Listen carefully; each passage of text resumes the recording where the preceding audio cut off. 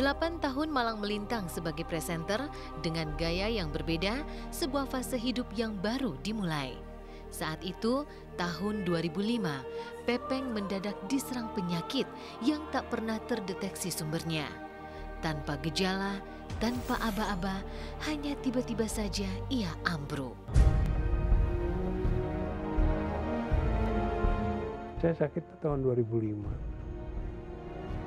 Saya ingat banget, rasanya setahu saya itu nggak ada gejala-gejala yang memberi tanda bahwa saya akan sakit seperti ini. Dan ternyata yang penyakit saya itu masa inkubasinya panjang dan juga tidak mengeluarkan tanda-tanda, tiba-tiba gedebuk aja gitu. Pertama kali saya mulai agak lemah itu, tiba-tiba saya lemes gitu, jatuh. Terus saya, aduh tolong dong angkat bapak, berdiri gitu, udah. Nggak diperhatiin gitu.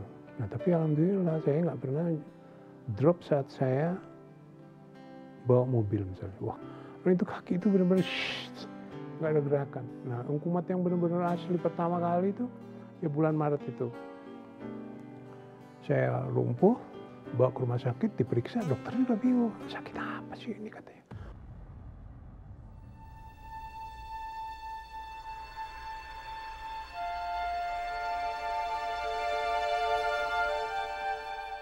Segalanya berubah, hidup serasa dijungkir balikan.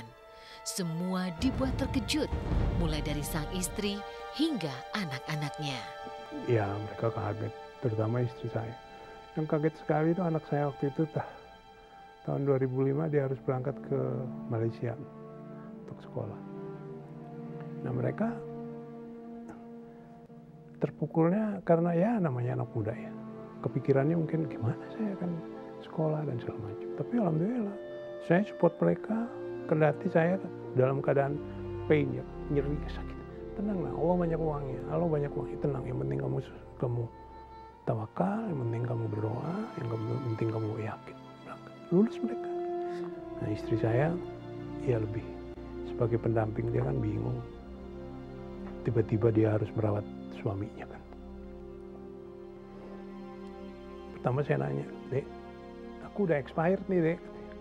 Gimana kamu nggak ada kepikiran untuk mau kemana pergi? Nangis dia.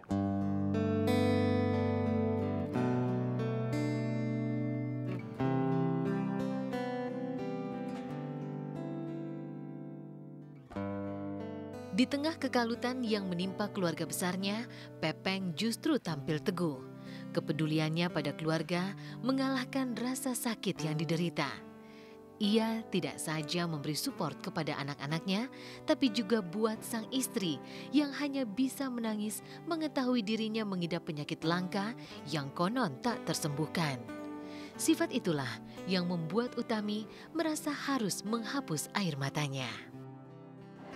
Ya, kalau saya mungkin karena saya perempuan dan ketika itu juga kita kan dalam keadaan buta ya, sakit apa bingung lah pokoknya ya. Jadi saya kaget karena dikasih tahu multiple sclerosis itu ada satu disease, satu penyakit yang belum bisa diketemukan obat.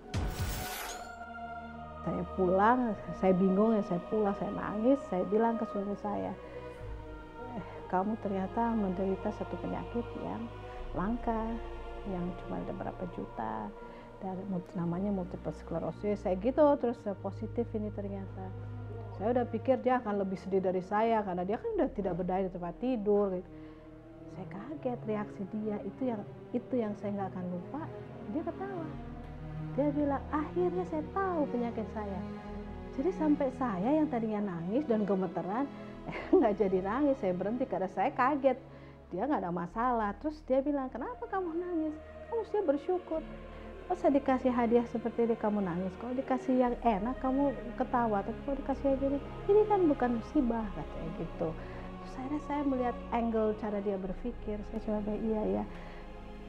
Kalau si pasien sendiri tidak memasalahkan, kenapa mesti kita lingkungannya jadi bermasalah kan?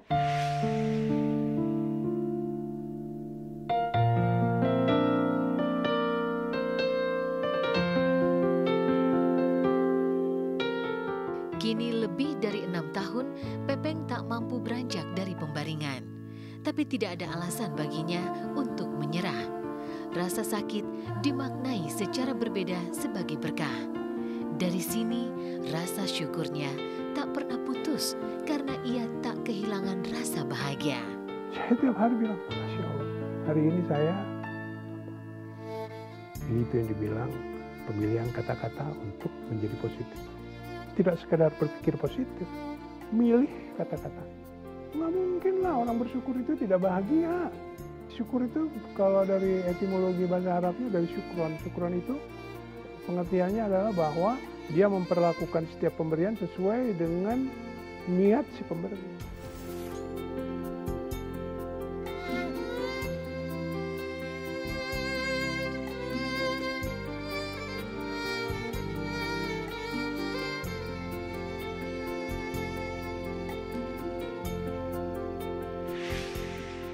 Orang sakit itu harapannya selalu ingin sembuhkan. Itu pasti.